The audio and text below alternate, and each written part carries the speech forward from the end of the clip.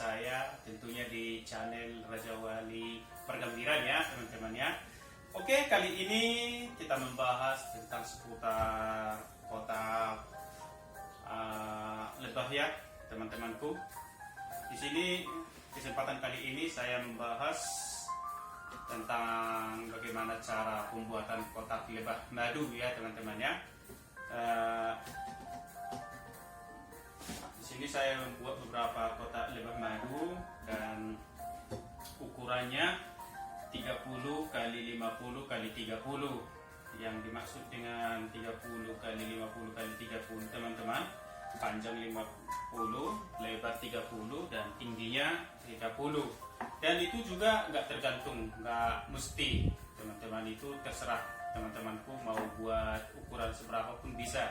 Yang penting jangan terlalu sempit lah buat tempat madunya ya teman-teman, sarang madunya, sarang lebah madunya teman-teman ya.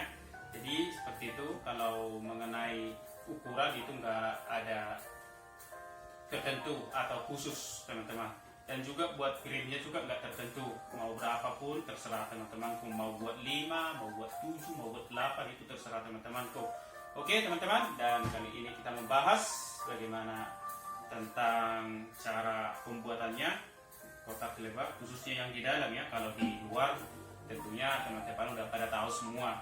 Oke, tapi sebelum kita lanjut untuk membahas tentang ini pembuatan lebah kotak lebah madu teman-teman, khususnya buat teman-temanku dimanapun berada, kalau bertemu sama sarang lebah di hutan atau di lokasi di tempat alam bebas sana, dan ada niat untuk mengambilnya, cara mengambilnya teman-teman, saya ingatkan kembali ya, jangan dibakar dan jangan dibunuh ya, disakiti ya teman-teman ya.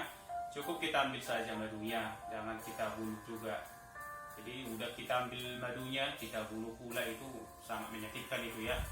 Sama seperti kalau sama kita, kalau manusia itu udah dirampok, diambil hartanya semuanya, dibunuh pula, itu sangat-sangat mengerikan, menyakitkan ya teman-teman ya. Sama halnya dengan madu-madu juga teman-teman, cuma madu-madunya pada nggak bisa bicara. Sebenarnya kalau perasaannya sama aja sama manusia teman-teman ya. Jadi kalau memang kita belum mahir untuk cara pengambilannya, ya udah cukup kita pakai pelindung, pakai sarung tangan, pakai sepatu bot, kasih untuk menutupi wajah, kasih yang berbentuk jaring-jaring itu supaya kita jangan disengatnya. Jadi yang kedua, kita asapin. Itu untuk mengasapinya pakai apa? Wah, itu pakai apa aja yang penting mengandung asap bisa teman-teman. Seperti kardus bisa, kelapa bisa, atau apa namanya, tempat telur itu juga bisa teman-teman ya. Yang apapun yang penting mengandung asap dia bisa teman-teman. Jadi sekali lagi saya ingatkan supaya jangan untuk membunuh apalagi membakar ya teman-teman ya. Kasihan dalam satu tempat berserang lebah itu bisa sekitar 5 ribuan sampai 10 ribuan lebah-lebah di sana. Jadi kalau kita bakar ya otomatis semuanya itu akan mati teman-teman. Jadi kasihan. Di balik itu juga ya kita nggak bisa lagi untuk mendapatkan hasil madu untuk tahun-tahun berikutnya atau bulan-bulan berikutnya teman-teman ya. Dan juga ilmuwan juga bilang kalau seandainya lebah madu dan sejenisnya musnah dari muka bumi ini, umur manusia paling lama bisa bertahan hanya 3 tahun teman-teman. Coba bayangkan itu. Jadi untuk itu mari kita sama-sama menjaga, melestarikan, dan juga kalau yang membudidayakan dibudidayakan, tapi nggak bisa kita paksakan. Semua orang pada suka untuk membudidayakan ternak madu, lebah madu itu teman-teman. Tapi paling tidaknya jangan kita sakiti ya. Harus seperti yang saya katakan tadi, kalau kita mau kepengen mau ngambilnya, ya udah kayak pengaman aja. Gak usah main disiram pakai air panas, dibakar, itu nggak boleh teman-teman. Seperti yang dilakukan orang-orang di sana yang tidak bertanggung jawab ya teman-teman ya. Oke, jadi kembali lagi untuk topik pembahasan kita pada saat ini. Jadi jenis untuk buat frame ya, tempat berserangnya lebah madu di dalam kotak itu tentunya teman-teman seperti ini ya. Jadi ada, sebenarnya itu terserah, tergantung teman-teman mau mau buat seperti apa, mau bikinnya bagaimana di dalamnya itu terserah. Tapi di sini ada dua yang kita bahas teman-teman ya. Pertama seperti ini teman-teman ya. Dan kebanyakan juga kotak-kotak yang sudah saya buat di sana ya seperti ini teman-teman. Cuma kalau seperti ini buatnya lebih simpel sebenarnya. Kalau cara ngerjakannya simpel. Cuman masalahnya di waktu nanti pemanenannya malah lebih lebih rumit. Jadi itulah bedanya. Waktu pembuatannya simpel, tapi untuk pemanenannya lebih rumit. Jadi mana yang lebih teman-teman pilih ya terserah teman-temanku, dan bisa nanti ditulis di kolom komentar mana yang paling lebih suka. Cuma saya anjurkan lebih baik kita agak sedikit rumit pembuatannya, agak lama pembuatannya pada tahap pertama, tapi yang jelas nanti kita di tahap pengambilan proses pemanenan madu lebih simpel. Kenapa saya katakan lebih simpel teman-teman? Seperti ini boleh kita bahas. Ini dia tahap pengerjaannya. Memang pertama awalnya susah ya, agak rumit, memakan waktu, butuh waktu dan juga ekstra kesabaran. Kita kasih ini, kita kasih kawat lagi, dan tujuannya dibuat seperti ini untuk apa teman-teman? Oke, kita bahas. Kita buat seperti ini, kita kasih kawat di tengah dan kita kasih kayak gini berbentuk bingkai, supaya bagaimana nanti madunya pada membangun sarangnya di sini ya teman-teman, membangun sarangnya. Dan pada umumnya lebah madu itu membangun sarangnya enggak enggak sembarangan taruh madunya di sini, di sini, di sini, di sini.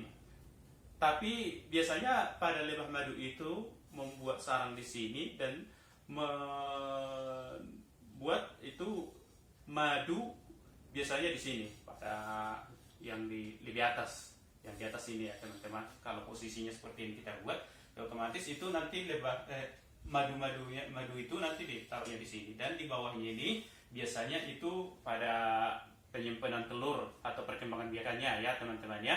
Jadi seperti itu. Jadi lebih mudahnya kalau kita buat seperti ini ya, lebih gampang kita nanti untuk manennya. Jadi kita tinggal potong di sini, ibaratnya seperti contoh kita potong di sini, ya udah tinggal kita tariknya aja madunya, dan otomatis yang di sininya itu nggak ikut kita ambil, soalnya kita udah potong dan juga udah kita kasih pembatas sebelumnya ya, udah kita kasih pembatas. Jadi nanti yang di sini pada telur-telurnya itu tempat anakannya itu nggak ikut juga kita ambil, nggak terganggu seperti itu teman-teman. Jadi tinggal kita di sini potong aja udah cukup, dan kita balikkan lagi teman-teman. Setelah nanti beberapa hari itu nanti otomatis lebah-lebahnya juga membangun sarangnya ini, bekas yang sudah kita ambil itu teman-teman ya. Jadi seperti itu. Beda sama yang ini. Kalau yang ini memang gampang, cara pembuatannya gampang. Cuma cara pemanenannya sama seperti yang saya katakan tadi, agak susah. Kenapa? Nanti lebahnya pada membangun sarangnya di sini ya teman-teman. Taruhlah seperti ini, membangun sarangnya. Dan juga seperti yang saya katakan tadi, biasanya lebah madu itu membuat madunya ditempatkan di posisi atas, Jadi otomatis kalau kita memanen madunya itu harus kita potong dari sini. Otomatis semuanya terganggu sama itu sarang tempat telur dan juga anaknya itu, anak-anaknya itu ya teman-teman ya. Jadi otomatis kita mengganggu, terbuang. Jadi kasihan juga kan, padahal bakalan itu menjadi lebah-lebah dewasa juga nantinya ya teman-teman ya. Memang ada juga cara yang lainnya kita seperti ini. Tapi itu dia agak rumit seperti yang saya katakan tadi ya, rumit dia.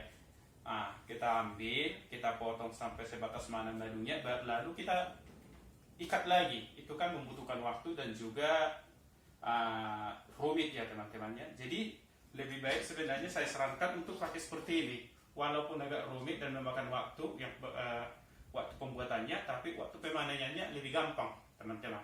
Di samping itu juga selain gampang juga kita nggak mengganggu itu sarang yang di mana anak dan telur-telurnya si lebah itu nggak terganggu ya teman-teman, tetap nyaman dia di sana.